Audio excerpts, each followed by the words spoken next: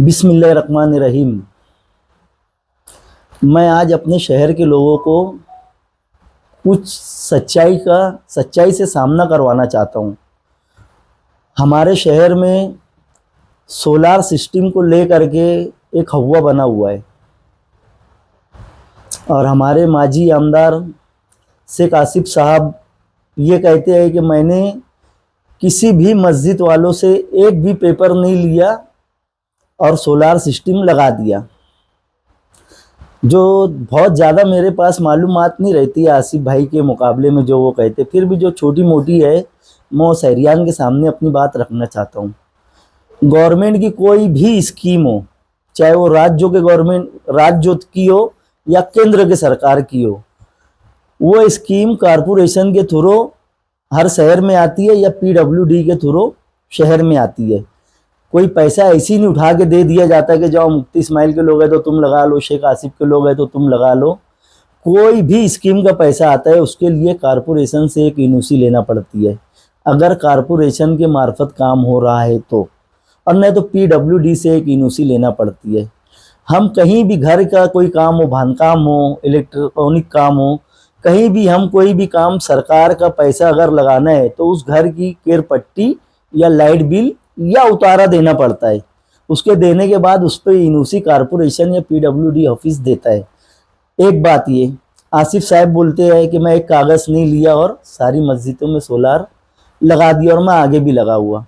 हम लोग का ऐसा मानना है कि इलेक्शनी मुद्दा बनाने के लिए आसिफ साहब ने कुछ लाख रुपए खर्च करके कुछ मस्जिदों में लगा दिया, क्योंकि बिना पेपर के, चाहे वो कारपोरेशन हो, ग्राम पंचायत हो या राज्य की सरकार हो, बिना कागज़ के काम नहीं होता।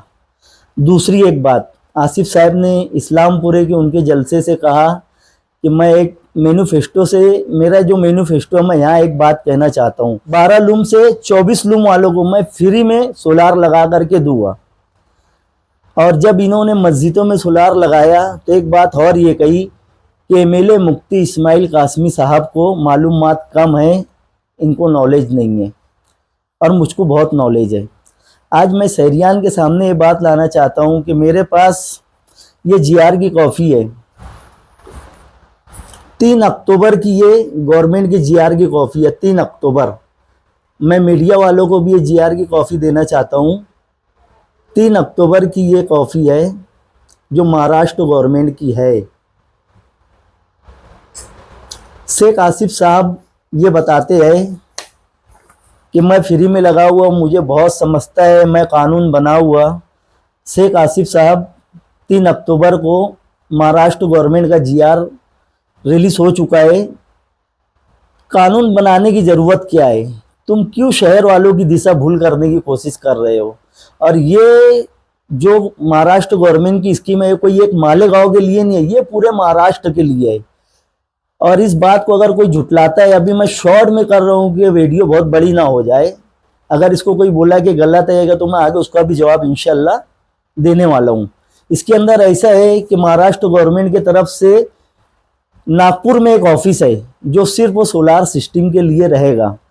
जो भी ये स्कीम का फ़ायदा लेना चाहता है पूरे महाराष्ट्र में, तो 60% पैसा पहले गवर्नमेंट देगी, उसके बाद में टप्पे टप्पे से 3-4 टप्पे में 100% पैसा गवर्नमेंट देने वाली है।